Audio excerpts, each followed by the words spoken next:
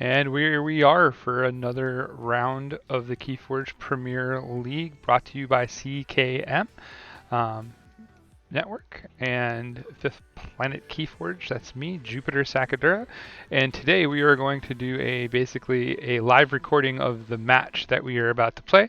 I have for you here George, who is Gj999 from England, versus IrieDaily, one of the Hamburg Atlanteans. So let's take a quick look at their deck before we get moving. So George is playing his namesake. George is the durable Mirage Rat Catcher. This is a deck that I've seen in action a couple times now. It has a lot of cool different combos and just a lot of like integrated synergistic gameplay. So we'll be looking out for the too much to protect plays and the big pullbacks of Amber, and as he tries to race forward and set up his board state to win the game. Also, he does have two Edis, which will help slow down the game, and a lot of draw towards them with the Daughters and Igors to be pushing through the deck. And again, he has a very solid, super solid Saurian Primus Ungus setup, which is basically a dinosaur that is going to put a lot of power on the board for him to be able to manipulate. So with that said, they who flirts with cleavers is another namesake here for Erie Daily. He has played this one before. I've seen this one in action. It's a triple Pismire deck that tends to do a lot of work. It does a lot of good things. It has the Vault Blessing as well to kind of push itself forward and stuff. And again, the Professor Terato has been an all-star in this deck. And in his deck list of 3 different decks, he's basically used this deck anytime I think that he feels his opponent is not playing mutants, and then tries to take full advantage of the lopsidedness that Professor Terato can give you if you are playing against a deck that does not have mutants. So I'm assuming that that was the call for him on this. But let's get into the game. Let's see what they got in store for us, and we will see what happens as we look through this. I'm going to open the archive page on both of them so that we can see archives as they archive, and we'll see what happens as we move forward with this game.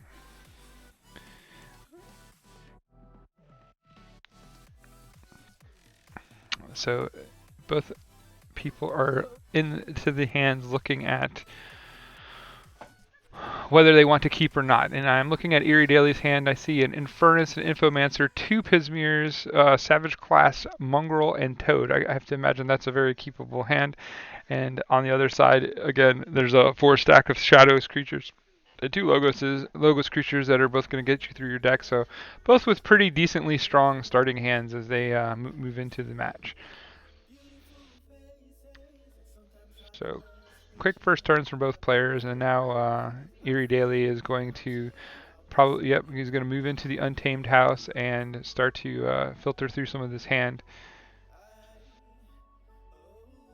We see the all-powerful Toad, which means that there's a Xenos in the deck that is waiting to come out. Very strong creature card for sure. See, George has drawn into his hand. He's already found his too much to protect to have there as a backup if he needs it. And there's the Primus Ungus with a lot of nice added value from the Axiom of Gris and the Ludo.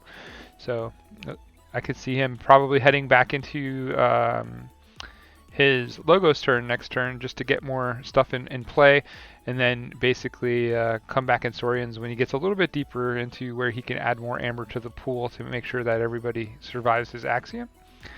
But we'll see what happens. Axiom now wouldn't be bad either to clear the board of all these mutants that are coming into play now. So you see Irie comes out and brings an Inspector, which is a dangerous card, and he does have the Implosion that makes the Inspector's value that much better in this deck, as he's able to basically blow up a creature and get a card purged out of his opponent's hand. If he gets lucky, he hits the Ungus or the too much to protect, and that would be a pretty serious blow to the game plan here a little bit. So we'll see where he goes with it. There comes the Implosion. He implodes the Toad, though. He just chooses not to implode the Inspector, which is interesting. but he does get rid of the daughter, so it slows down a little bit of the card advantage that George was racing forward with. And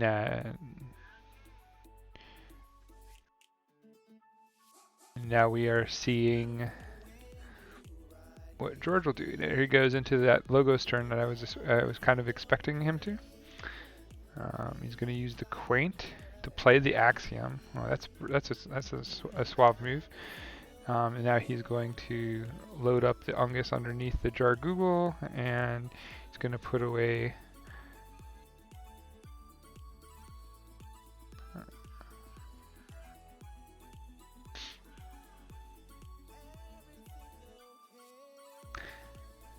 music courtesy of Spotify and a playlist that is made to be claim free. So like I can basically get away with having music in the background for you guys now, hopefully, and it won't mute me out. But we'll see what else did you do.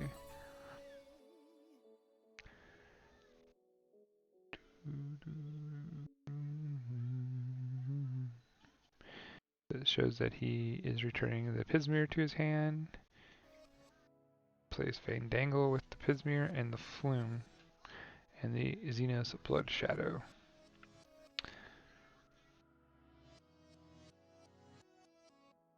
George asking what else did he return to his hand. There's the Vault Blessing for a burst up to 6. Solid burst. I don't know if you're seeing, he brought back 2 Pismirs. Okay. Okay, here comes the Jar Google, flipping and bringing out the Ungus. As he is in the active house, he is in his Logos. There's the Igor. Loading up and conceding the first, no, not the first key yet, because we have the Edai in play, which is going to make his keys cost 8, so he's put Irie off at least one more turn here. Pismire is making George's deck have to pay 10 for a key at this point. So let's see what Irie decides to do. He has a hand that is pretty much not conducive to what he's doing on the board, but he could go into Logos and still get some Flume value out of this or anything. Something like that, or he can choose to just cycle through his deck a little bit faster, play that Discombobulator on a creature like Xenos Blood Shadow, which is pretty well protected, and continue to get, archive his discards with the sloppy lab work and get some value out of the inquiry. But looks like he is deciding to go ahead and go by the route of the D's hand to get some value and some control over the game, because right now he's basically putting using the Mark of Dees to put him back into Logos, which will slow him down a little bit. And he takes care of the Edai to bring his keys back down to a reasonable 6 amber, back to where the game is supposed to be. This is a pretty good Mark of Dees play though, as it has really handcuffed George with the what he can actually do. He's not going to get a ton of value here. He'll be able to get himself a couple amber, but overall he's not going to have a blast of a turn. And that's kind of rough, because he had a good chance right there to play that too much to protect and get a little bit of value out of it, and no avail. But there's always bigger and better things later, I guess, as he is slowly starting to archive shadows, so upping his chance that like later in the game he can have more impact with this shadows hand. Archives are a very good tool for players to use in their card build-ups and in the way that they set themselves up for their next turn.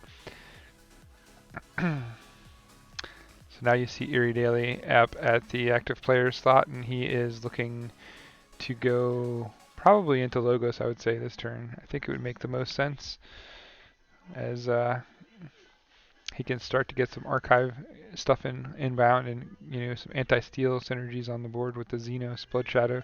Doesn't make a lot of sense to Skimino at this point, which Skimino is basically a board wipe that will he gets +1 for every creature that dies from him when he comes into play. So right now he would be a 7 power, like if you played him, but Seems like a waste of a turn if he went that way. So yep. So he is heading into Logos at this point, and the Logos play is going to be to use that Lithologica to get some advantage there. Oh, there you get the Everessence Principle and and a Snarette into the archive, which is a pretty strong put away. And then we got the Sloppy Live. We're probably putting the Skimino in. Yep.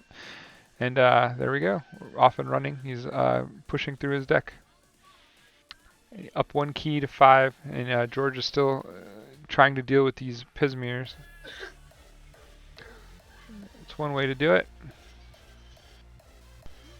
And now George is threatening a key.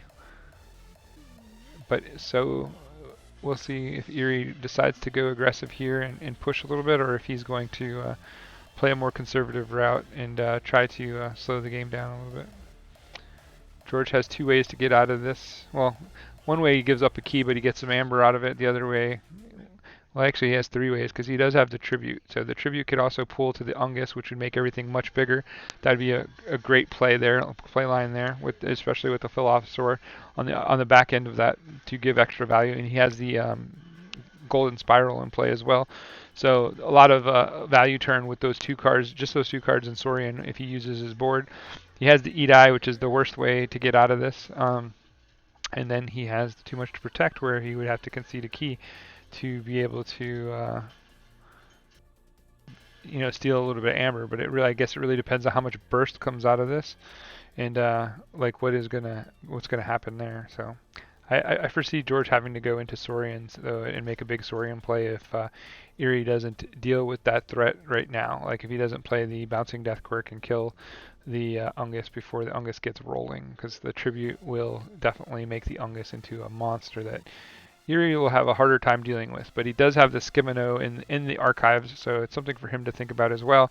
That he has a Mark of Dis, a Skimino, a Snarette, basically a turn where he's basically going to control 2 turns of the game with that combination of cards. So a lot of thinking here, a lot of poising and posturing to be made by him. So he has a strong Logos turn, which would give him some value, especially if he was like able to use the Bouncing Death Quirk to basically put away the Ungus before the Ungus got huge. But at the same time, he's just going to go into the Skimino roundup and try to lock his opponent into the turn. So you're going to see him mark one of these guys now to put them into a house.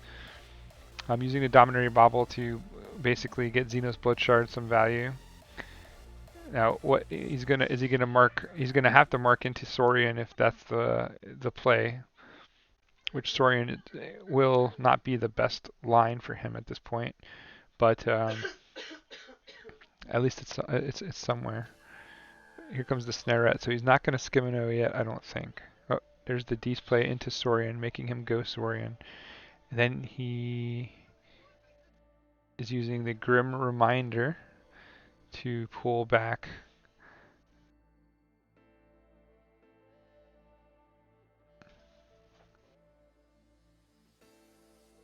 some value. He still has the Evanescence Principle in hand now too as well. So he's he's posturing well, and again, strong gameplay. He tends to come out pretty strong like this, and he archives 5 different untamed creatures, and we're going to be having a huge untamed turn again. And he decides to play the Skimino.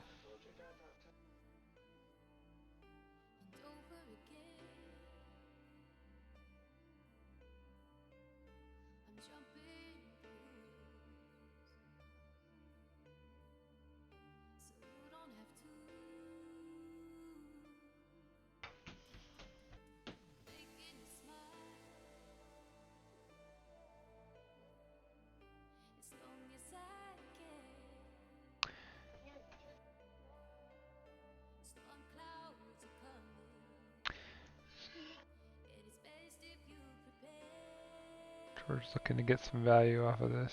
Yeah, at least he's able to protect the tribute play.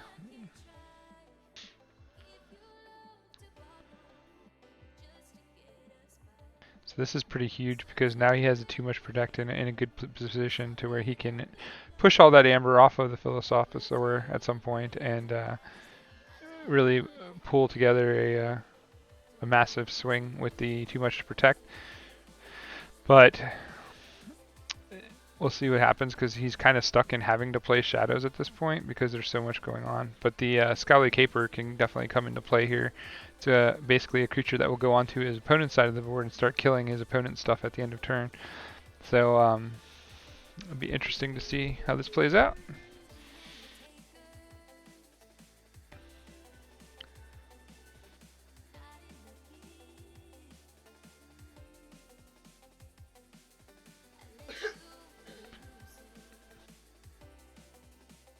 Irie not in a rush at this point, so he's just like going to weed out some of these Logos cards.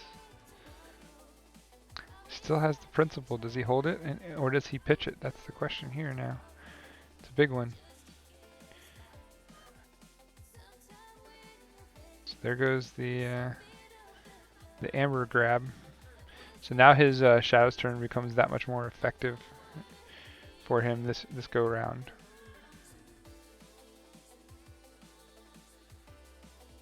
So that was actually a useful setup and a good positioning by George to get to a place where at least he can obtain some value from this, right? So the Hawk will come into play as well and get rid of that Dominator Bobble that's been pestering him. Puts him up to 9, and he will concede a key, but he'll have a pretty sweet port stake coming out of this. Oh, and he just drew the nuts as far as the a Logos hand can go. That Edai is going to be super strong. Super strong going down the stretch as long as he can keep it protected, which that is a question in its own right. But here comes the tax, the Pissmeyer tax of +6 per key. So he's going to have to forge 2 keys to the cost of 1 that Irie has. And he doesn't really have a board wipe to really stop the madness that is about to come upon him. So we'll see what happens.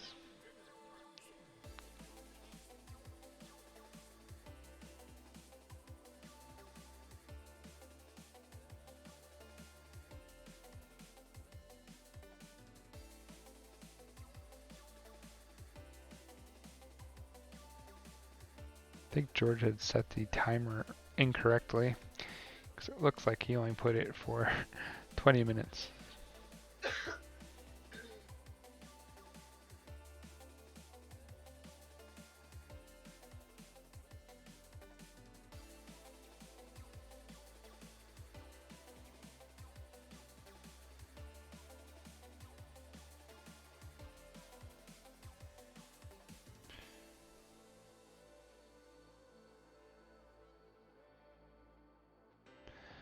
I'll have to go back and check the timer on this. I think it doesn't tell me what he had it set at, so there's no way that we've already missed 80 minutes though, I could tell you that.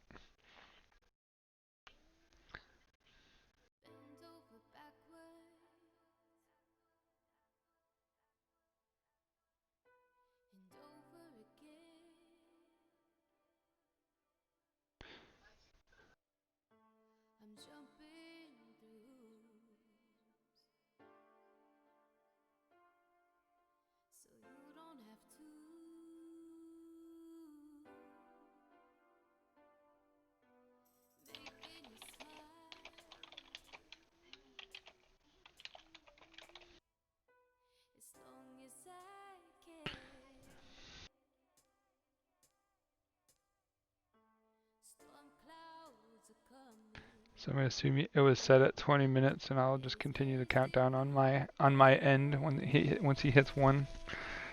Once he hits 0 on this.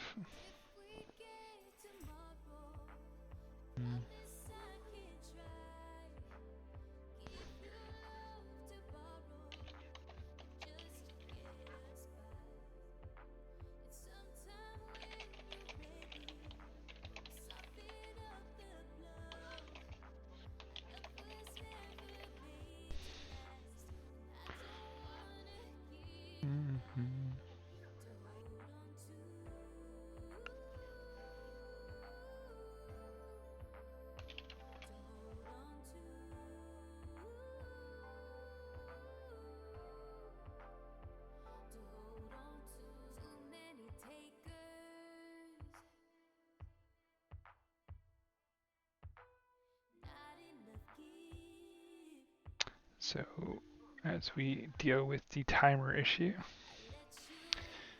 we see that Irie is posturing.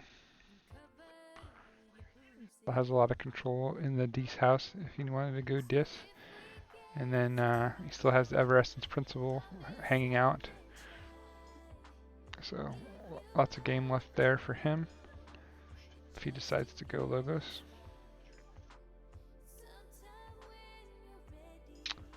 Then you have George sitting on an Edai hand. I think that is going to be pretty strong when he decides to drop that Edai. As long as he can protect it, it will be good. Be all golden.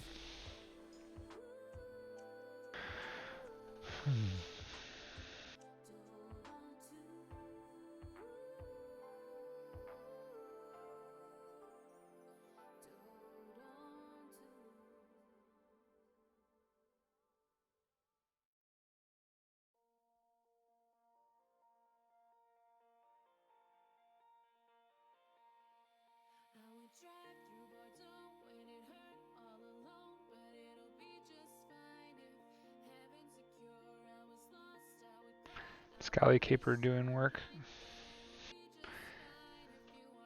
Over there doing all kinds of infiltrating and destruction. Very fun card.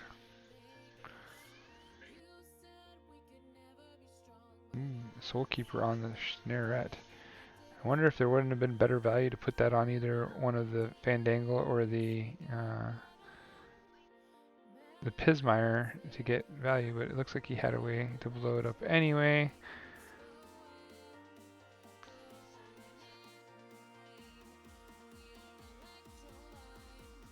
He's basically getting that 2-for-1 off of the fight, I guess.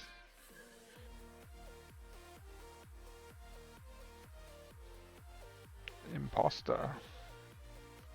Inspector. Alright, so he puts himself in check and basically asks if George has the answer to solve this riddle. George is sitting at 9, so he does not get to forge a key again, and he still needs 10 to go, so... Okay, cool. So the timer flipped. Sweet. Sweet. So now we know the timer actually flips.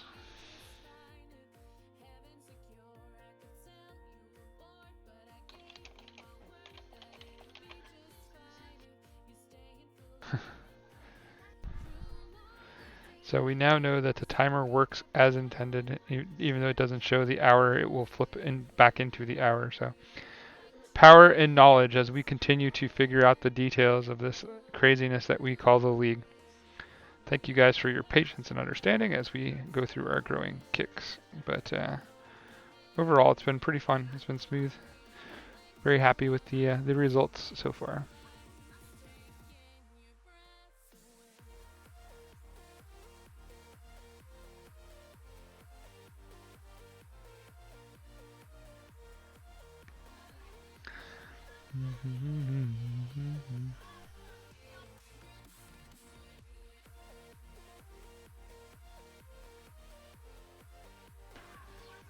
So here we have IrieDaily thinking about what he's going to do. He's going back into Dis. He has 2 Mark of Disses, so if he hits correctly here, this could be game over for George, unfortunately. He just has to make sure that he marks the right thing. So he opts to actually kill something with the Mark of Dis, the Jar Google. And then he's going to use the second Mark of Dis to lock in.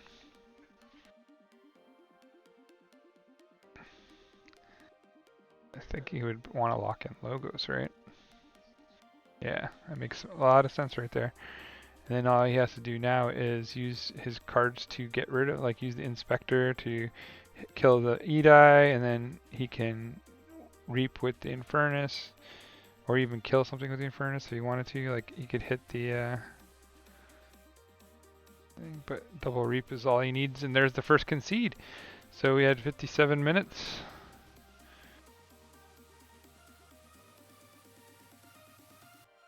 So we're gonna time it at 58.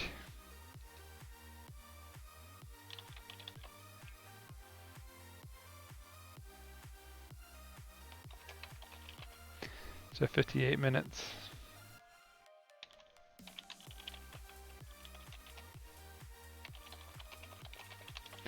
So we are moving to the next round as we try to get everything set up and all that. We'll give you a quick look at the screen as we take a quick break. So you'll know exactly where the break is happening. It's happening right there. So there we go as we do.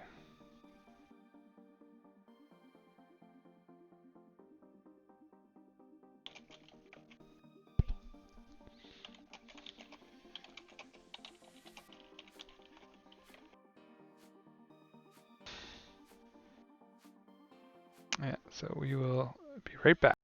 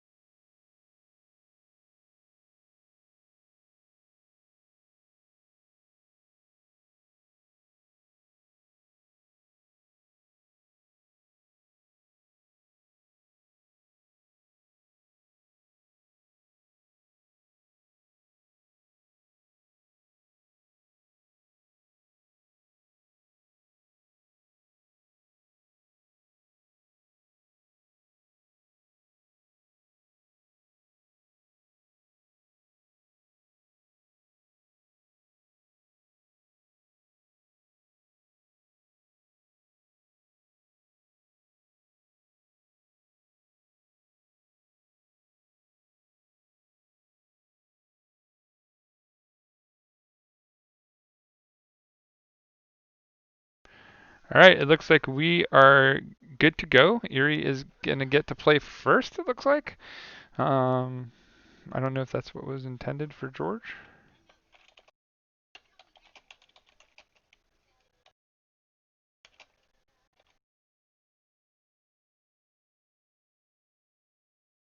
Let's make sure George wants to play second. Okay, go. We are ready for this next round. 58 minutes on the clock at the start of the first card. We see the opening hands. Irie comes out and he is getting an Eat-Eye, a Tato Vapors, like very strong opening hand, I think. I don't think he mulligans this away. And then we look down at George's hand, and he has a very nice hand as well, 3 and 3, so he's not, pinned down. He does have the Professor Teratau as well, the Imp and the Bone Saw. Like this looks pretty solid. Like looks pretty good to go for a starting hand. Could have better for both sides, but ultimately they are doing great. So there we go. We'll get you back into the vibe, get the music going again.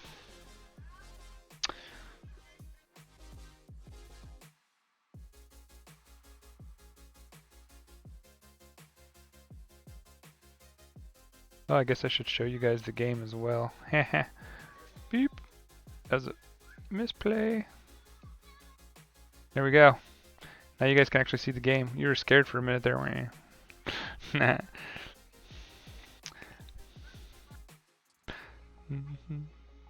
Let's open up these archives so you guys can see what's going on here. We already have 3 cards archived on one side and 2 on the other side. These archives are going to get deep, folks. They're going to get deep.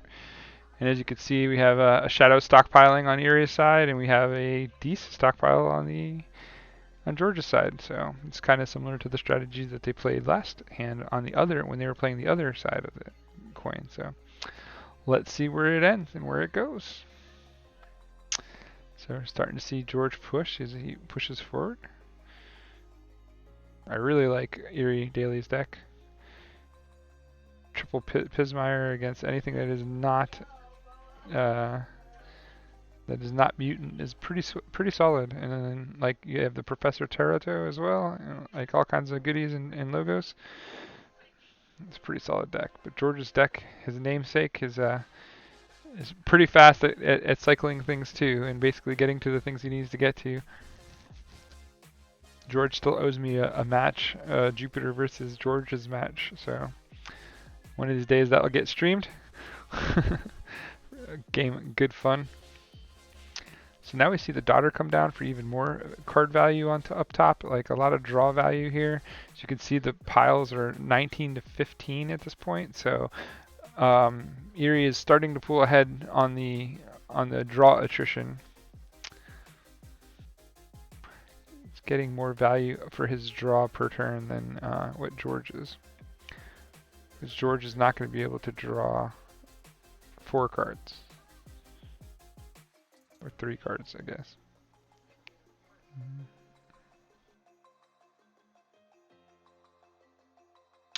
But he is actually, I guess he still has a chance to draw because he's going to be reaping with this other guy. So he's getting some of that value back right now. Ooh.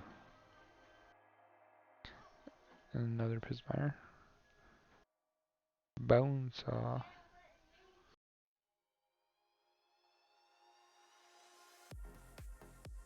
So I guess whenever you go to play a Resurgence, it only tells you what the first card is. So it makes good practice to say what the second card is that you take back to your hand as being a fair, clean player. Because you would definitely know that data in a real game. So there's another TCO thing that you should be on the lookout for when you're playing against people who do play Resurgence. But overall, TCO does a wonderful job, and we are very thankful to have them to be able to run events like this. So all the work that those 8 or so guys do is very appreciated and very much one that I'm happy that we get to partake in.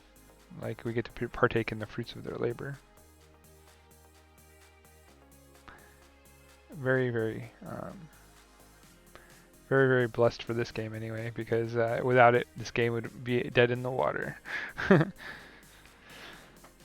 Cryogen, Sky Jedi, all the other guys. There's a whole list of them. You guys do wonderful work. So we see this game is kind of at that like jabbing each other out phase, trying to figure out where they want to go. So there's the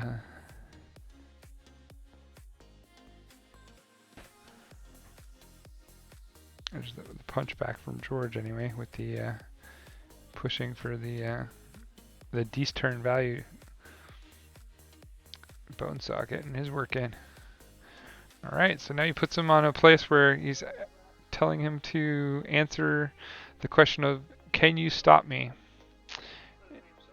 And the answer is no.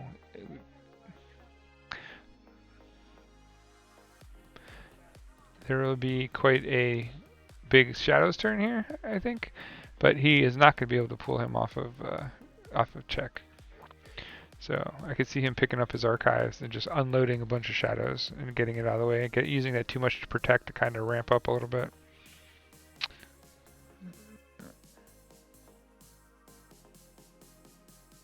Ooh, too much to protect is still not going to be enough, but the Odak is. But does he want to waste a whole turn on an Odak this early? And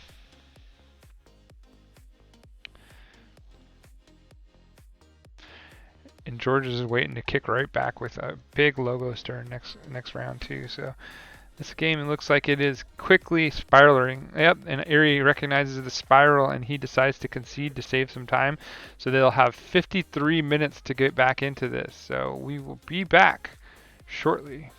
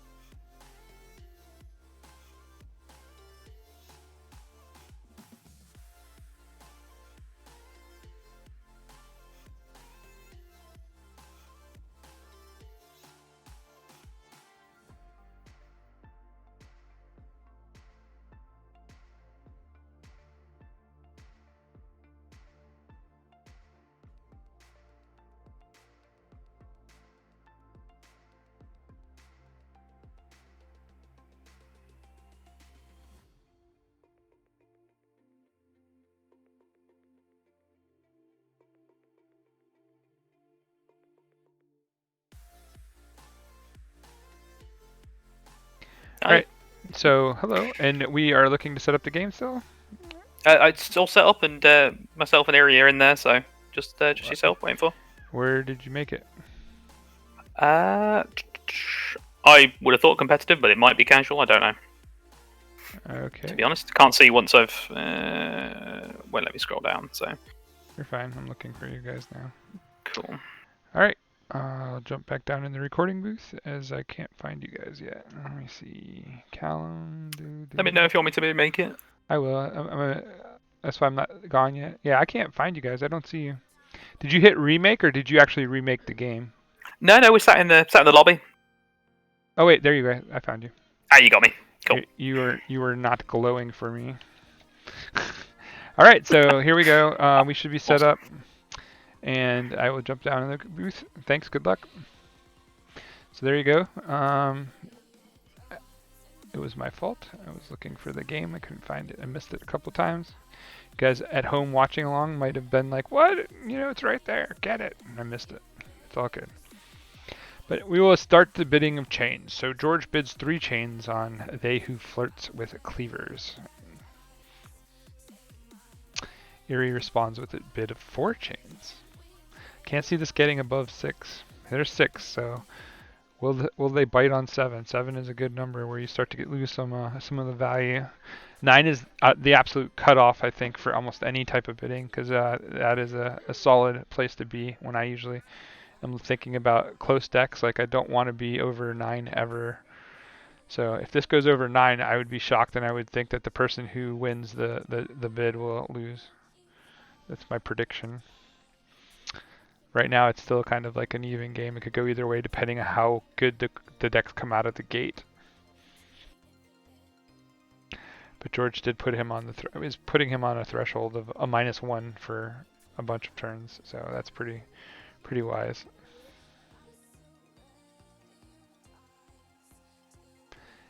And he's in a good position to pass on 9 as well, so that's another good aspect here, because he's making him commit to the extra negative card, and then like if he chooses to come back, he can basically go straight, like he can go right to 8 and then put his opponent having to take 9, which is kind of exactly where I think you'd want to be with this matchup. So George passes at 7, so he thinks that 7 is enough. So perfect.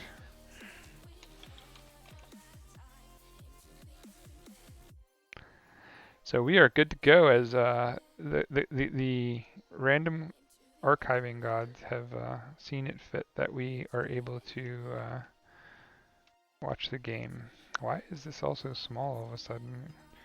It's so big, and now it's like so small. Like, what happened? Interesting. I know that I didn't change my settings. Kind of like it though, but I don't know if it's going to be big enough for you guys to see. So let's blow it up a little bit.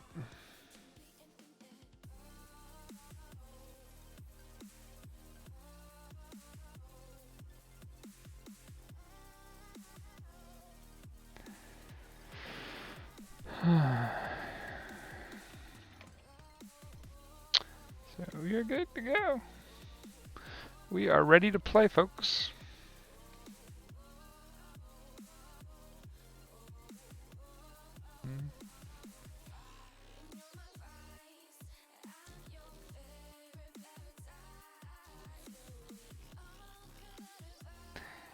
It's like it updated and it shrunk my cards for some reason. I don't know. Like, I don't know what happened here.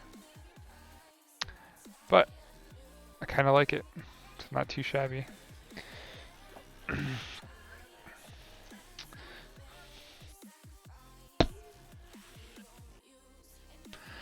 So we have one side, we have a 4 logos, 2 Shadows card hand, starting with Simon, Scally Caper, Sanitation Engineer, Tato Vapors, Jar Google, and Edai.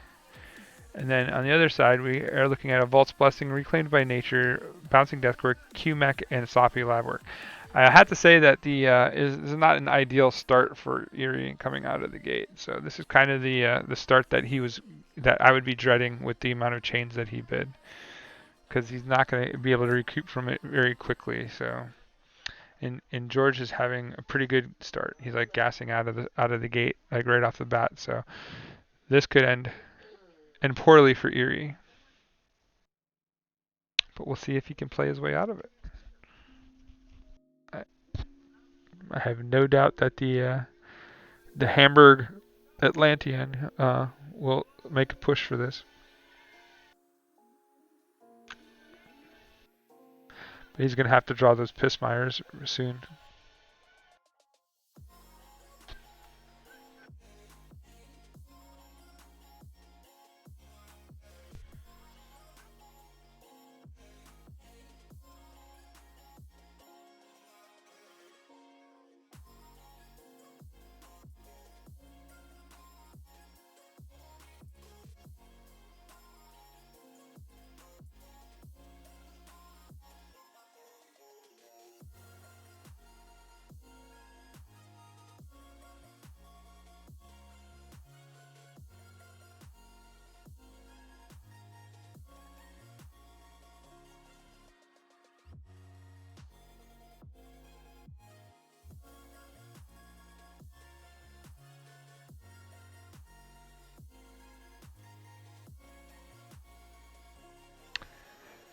So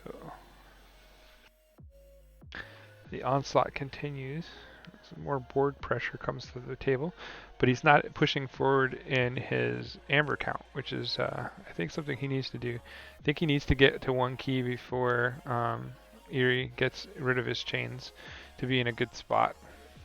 But Irie's starting to come back now with some of his draws, but he still doesn't have a lot of targets for the things that are in his hand, so it makes for kind of an awkward situation for Irie.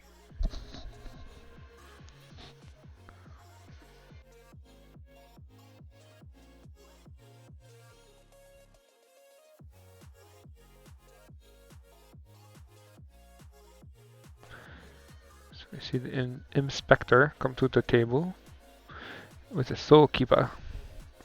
And now an Implosion to have all kinds of dirtiness happen. Super solid line. Big fan of that kind of thing. It's like a layered combo right there. You basically are going to get so much value for playing your cards versus what you're going to get out of it. And he hits the too much to protect. Ooh, that's a shift. That's a big shift. The too much to protect is a big deal.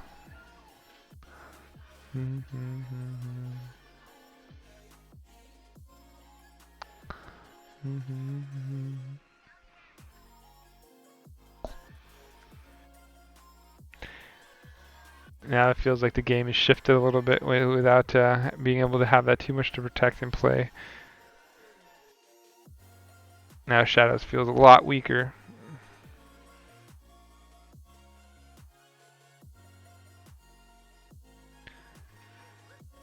So he's going to commit to Logos to get some more Logos value here.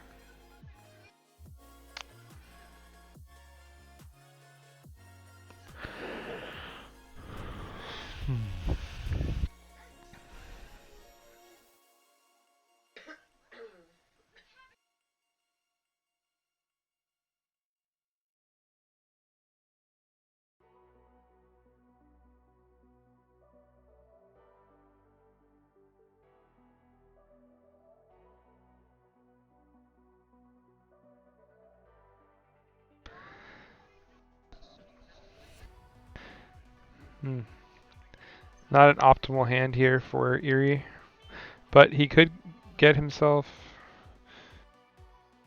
I guess he has to kind of get himself just closer and kind of just keep wearing off these chains. Get that Infernus value. Purges an Edai.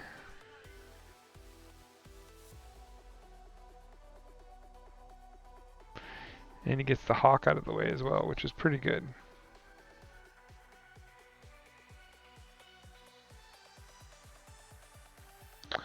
So now we're starting to see some amber push.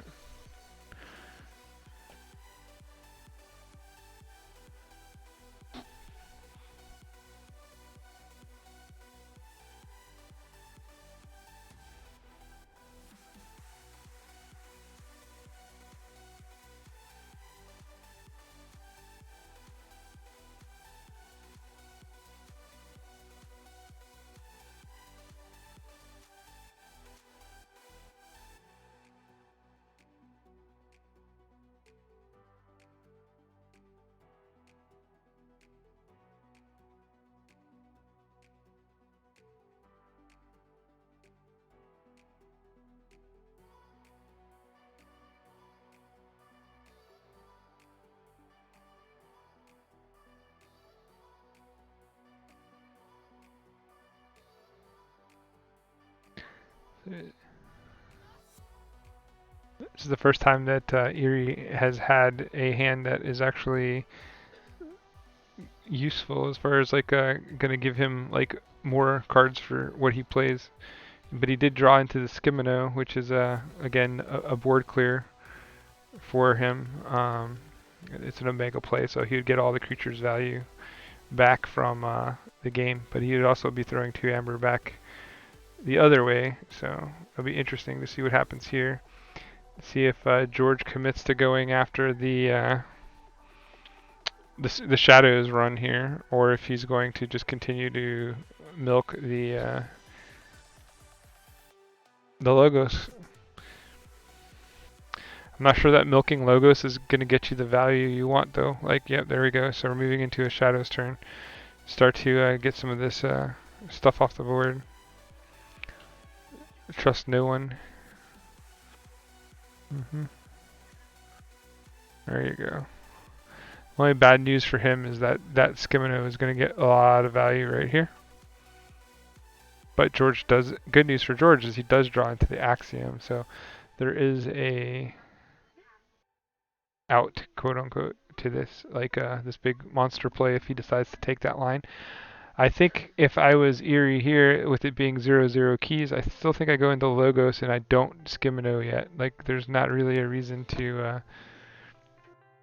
I would let him commit more to the board beforehand. But that is a risk that he just decides to go shadows and like just reap a bunch. But I think I take it.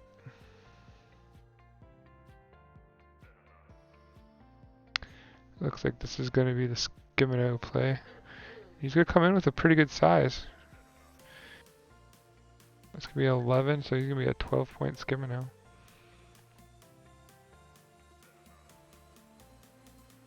And he Grim reminds all the Infernuses and the Imp back to the archive, which is pretty sweet.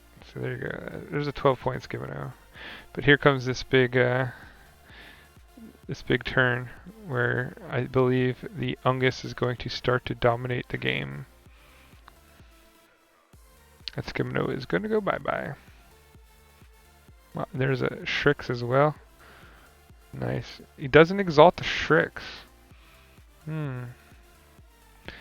Interesting. Exalting the Strix would have got him a push for a key. That would have been, I think, ideal. But he decided not to exalt it.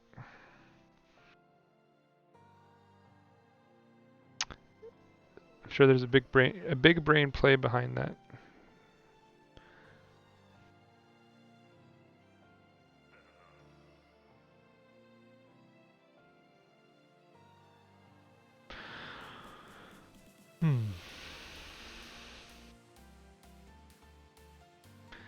So he is going to get the value out of being able to get rid of all of the Infernuses off the board, but the Infernuses are going to do their damage in purging out a bunch of things from the from his discard pile.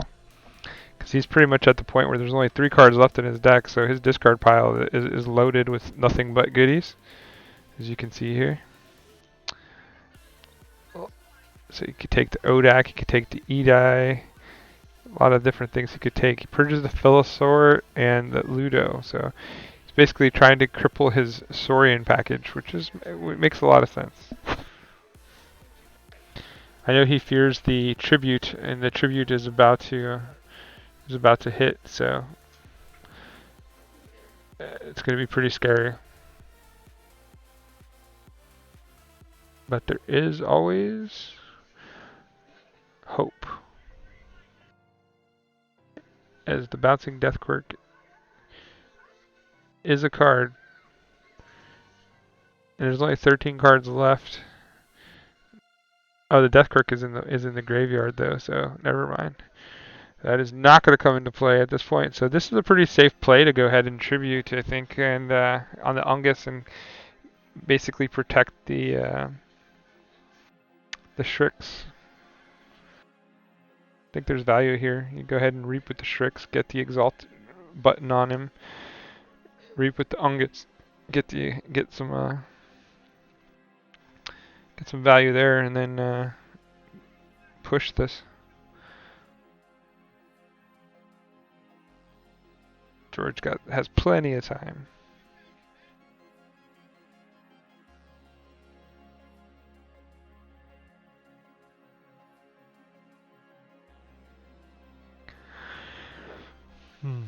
This game's moving along at a pretty good rate. Looking solid.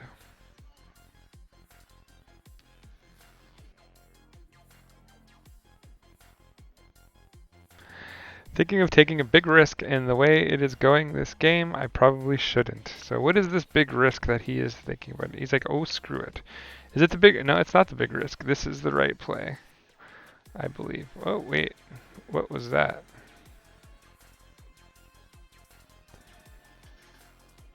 That was interesting. Now, that was not expected, but I see what he's trying to do here. He's trying to basically amber rush. But I don't know if that was overly necessary. But, okay. I see, like, I think he's protecting against the bouncing Death Quirk, but the Death Quirk is in the discard pile. He could have saw that. Skimino was already on the board, so what else? Maybe there's something else I missed that would be able to kill it? I don't think so. I think those were his two big, like, oh, I guess the Implosion could come back. I'm pretty sure that's in the discard pile as well, right? Implosion. I think that went off a while ago. Yeah, that's in the graveyard as well. So I guess this is okay. This is a greedy line, but it's nice.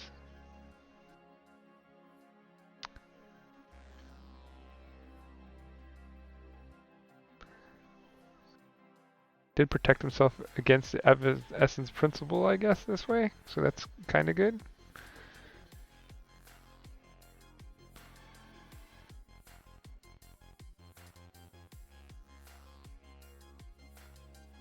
Depends on the point of view.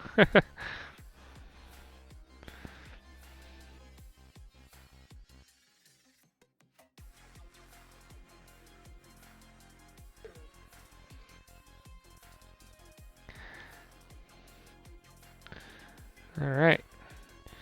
So there comes the Shrix for a key.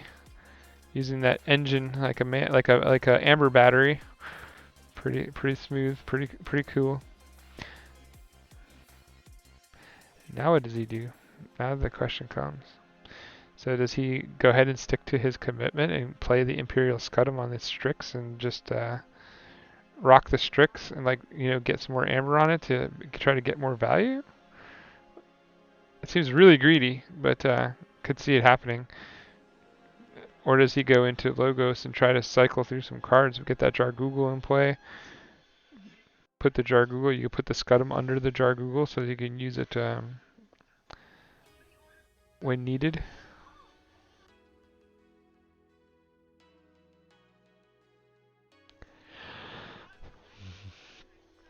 George playing the high roll was pretty intense.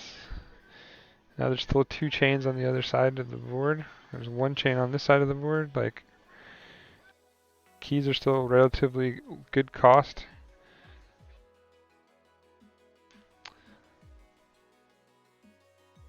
But we do see the Pismire in hand, and we see the Resurgence, which is going to be a factor at this point. So he is going to keep high rolling. He's going for it, folks. He is all in on trying to win with this high roll, and I don't blame him. I think it might be the right call.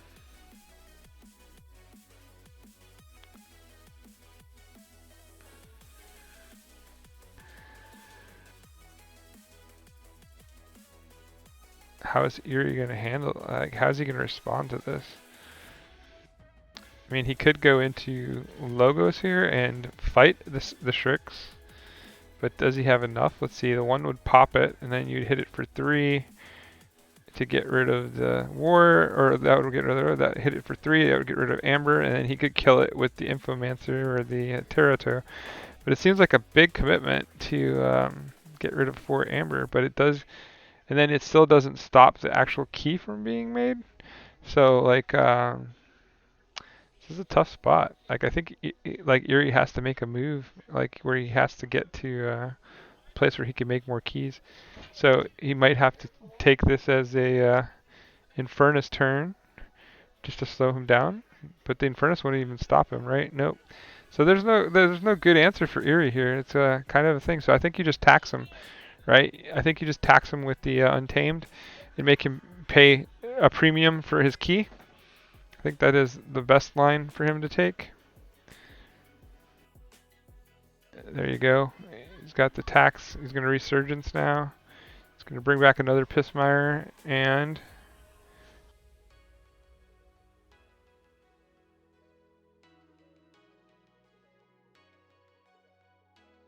is he deciding on his second card?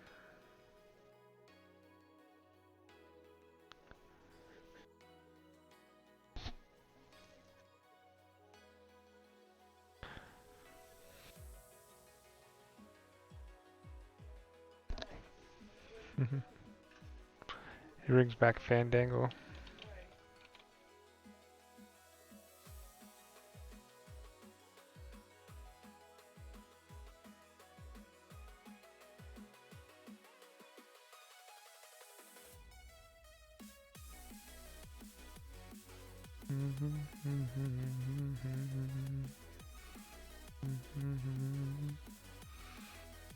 So Irie is trying to slow this onrush, but George is at 2 keys to 0, and if he can find a way to keep applying pressure, this game could be over quick.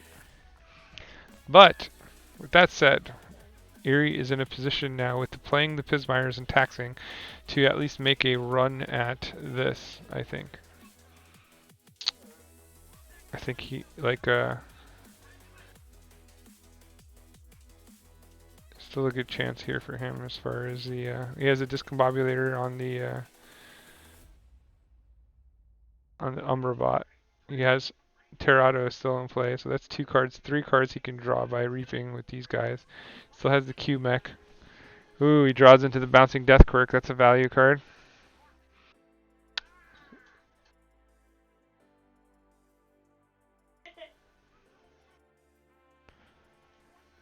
Yeah, I still think that Irie has a chance to strike here. Even though, like, George has high rolled like a champ so far this game, as far as like making calculated gambles, and they were paying off. But I think that Irie has responded as best as he could, and he's put himself in a position to still try to sneak this game away. So we're coming to the conclusion of this game. One way or the other, this is going to be an exciting finish.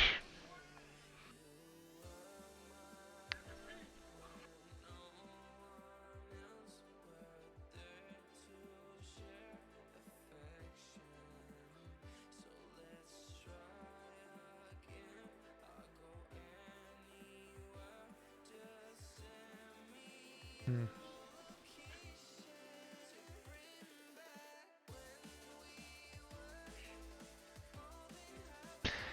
And Irie keeps finding good cards.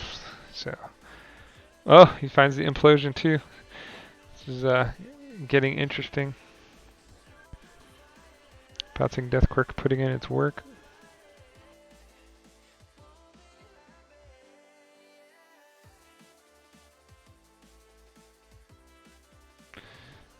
George is going to make a play to try to get as much on the board as he can to put himself in a position to reap out and try to get some amber pressure on the game or some facet of control. Oh, there's a good facet of control. There's the Primus Ungus with a tribute. This could change. This could swing the game in a way that is gonna be hard to deal with. But having 2 Mark of Deces, I think that this is something where he can actually lock this game down control-wise, put an end to this, because he knows that the Too Much to Protect has been purged already, and there's not really a lot that he can do to steal too much from him or to get value. But like, so if he can lock him, if he can, well, the only problem he's going to have here is that he would have to leave creatures on the board, and those creatures are going to steal from him. So that's a rough call.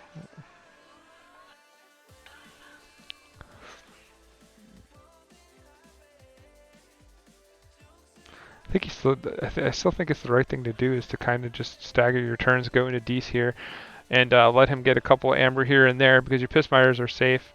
If he attacks your Pissmires, he's just giving you more time to draw more cards.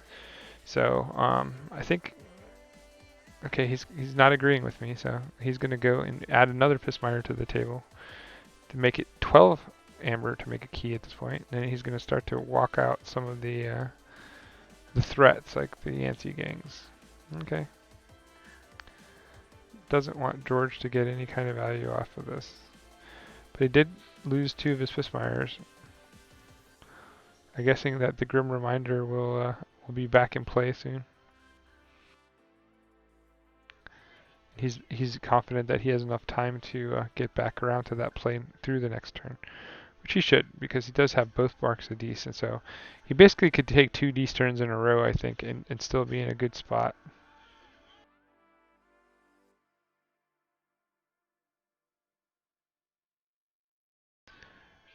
George is drawing a new hand.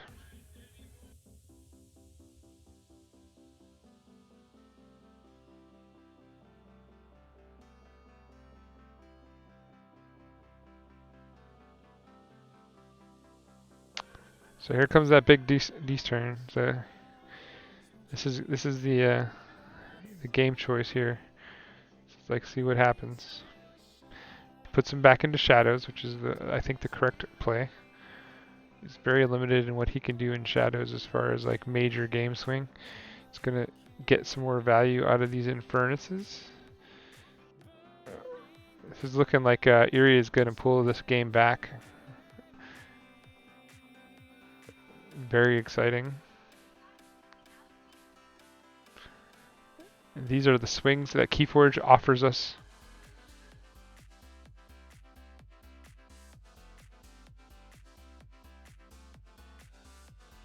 So he purges the Imperial Scudam and the Senator Shrix.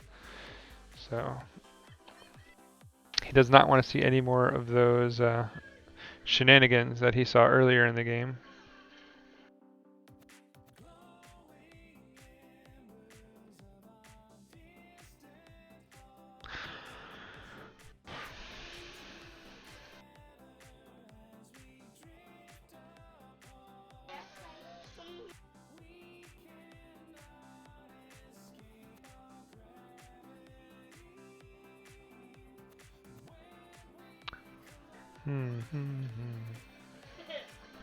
Swearing turn is pretty big with the, you have the Odak that will take 1, and then you can attribute some of that amber back onto this side, but it's not overly effective, I think. Be interesting to see where George goes with this line.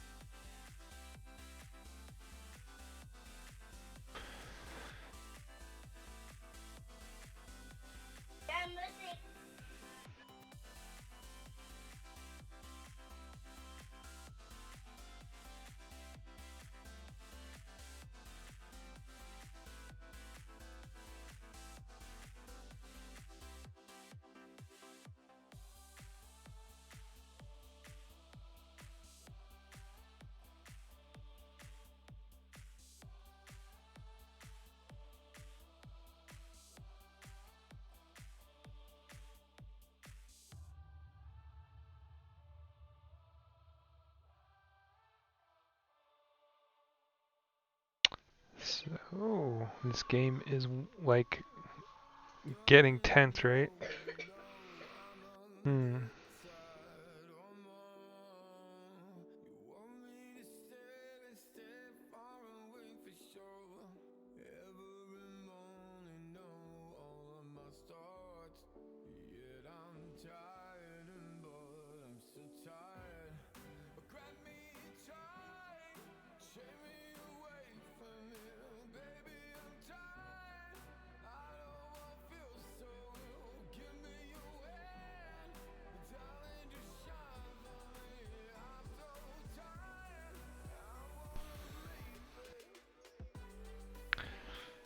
Hmm.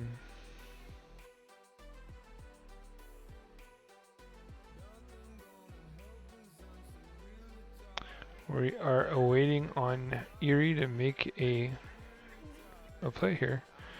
Skyly Caper came in on his side of the board, threatening his Infernus and to kick back to his Pissmire in 2 turns. So something to think about there. He's going to have to load some kind of creature off to the right if he wants to preserve his Pissmire, or he's going to have to find a way to redraw into more Pissmires.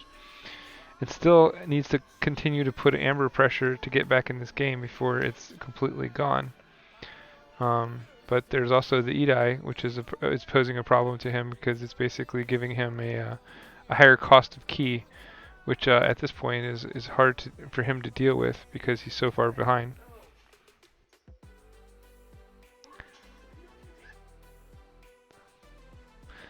This game is giving us some brilliant play. We saw a Gambit earlier. We're going to call it the Shrix Gambit, and it paid off.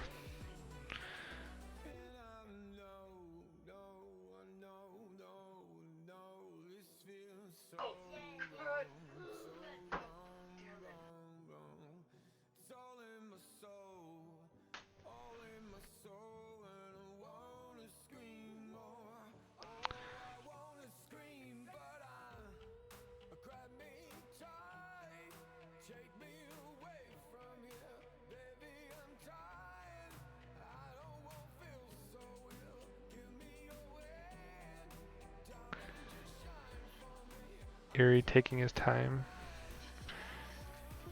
trying to figure out how he gets back in this. The Professor Terato is being an all-star right now and helping him get through his deck at such a fast rate that it is quite dangerous. He's almost put a lap on. He's almost drawn his deck like a whole time more than George at this point. Terato doing work. Discombobulator stopping those steals.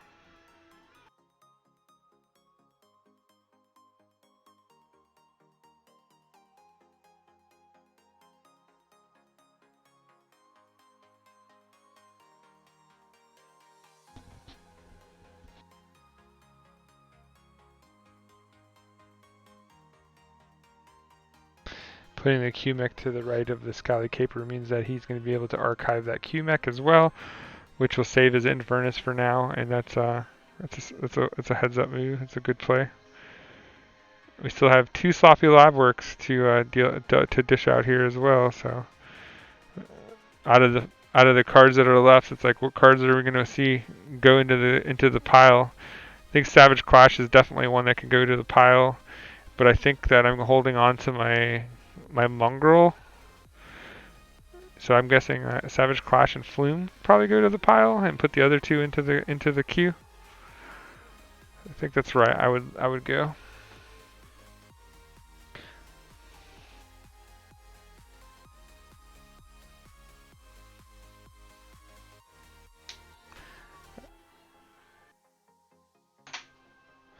Guess you could use Savage Clash as an out of getting rid of Edai, but I just don't think it has the same amount of value. So he did keep the Resurgence, so that's one card I agree with that choice. Now for the second sloppy lab work. I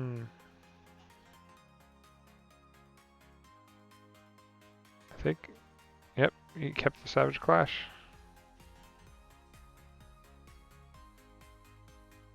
Not horrible.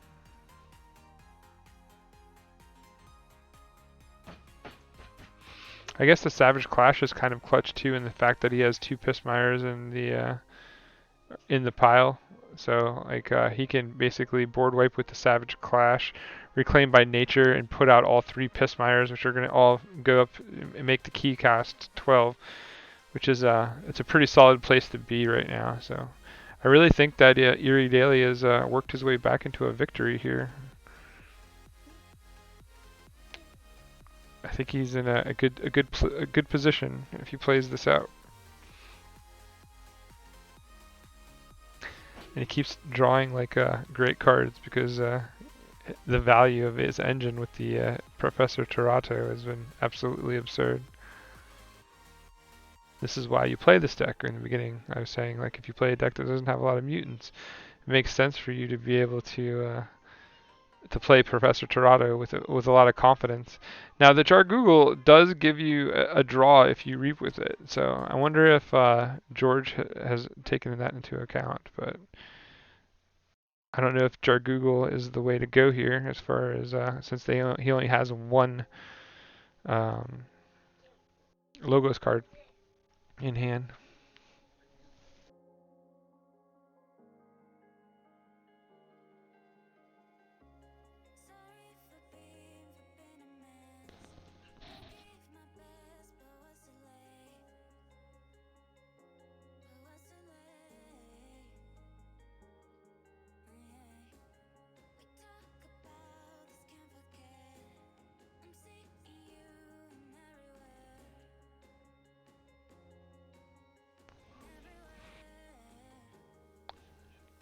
That Axiom doesn't really isn't really going to end up being that bad. Because now he can respond with that Savage Clash, and it's the Yahtzee gang that's going to stay alive because it's the biggest thing. Because of actually, he's not the biggest thing, but it's what he'll probably keep alive anyway.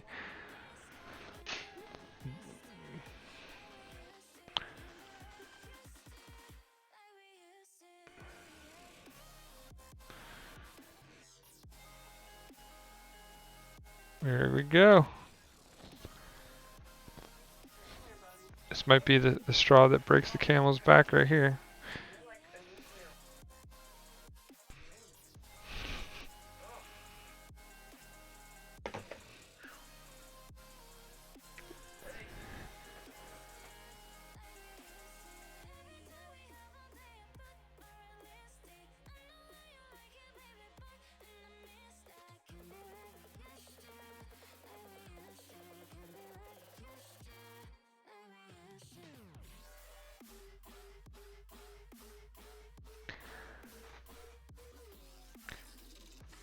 All right, here comes the Untamed train.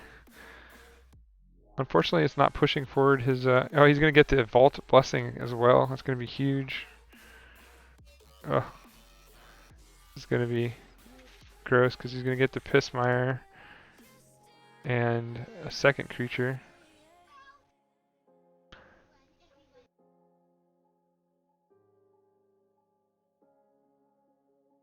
And he gets Xenos.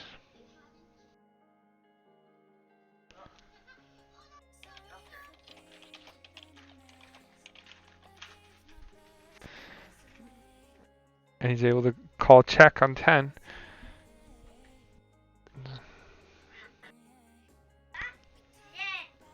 Is this the swing? Is this the swing? Keys are 2 up, and there is a lot of amber at stake here.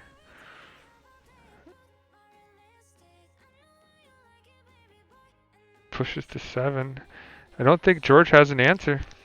I think what we have just seen is game over, folks. What a comeback. Well played. IrieDaily continues to impress me with his play.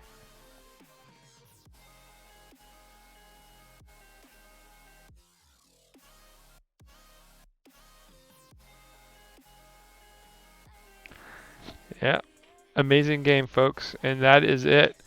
That is the end of the game, and I am Fifth Planet Keyforge with the Crazy Killing Machine Network and the Keyforge Premier League. Please stay tuned for more footage.